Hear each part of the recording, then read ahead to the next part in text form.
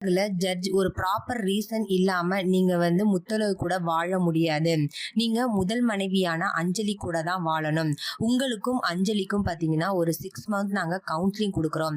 கவுன்சிலிங்க்கு அப்புறம் நீங்க ஒன்னா வாழ்றீங்களா இல்லையா அப்படிங்கறத அப்ப முடிவு பண்ணிக்கலாம் அப்படின்னு தீர்ப்பு கொடுக்க போறாங்க.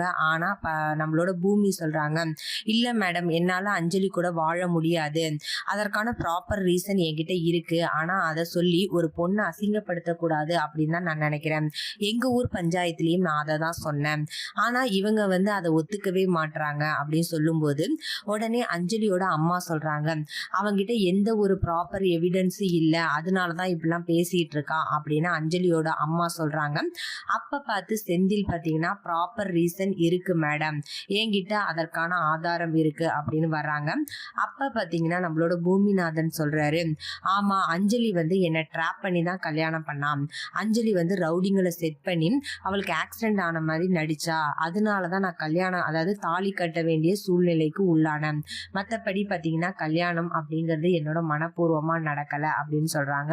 அப்படியே ரவுடிங்களும் ஆமா அப்படின்னு சொல்லும் போது ரெஜினா சொல்றாங்க, இந்த ரவுடிங்க பாத்தீங்கன்னா ஆல்ரெடி இவங்களுக்கு கேஸ் இருக்கு, இவங்க பணம் கொடுத்ததுனால கூட இவங்க பொய் சாட்சி சொல்லலாம், இந்த சாட்சியெல்லாம் நம்ம ஏத்துக்கவே முடியாது அப்படின்னு சொல்லிட்டு ரெஜினா வாதாடுறாங்க.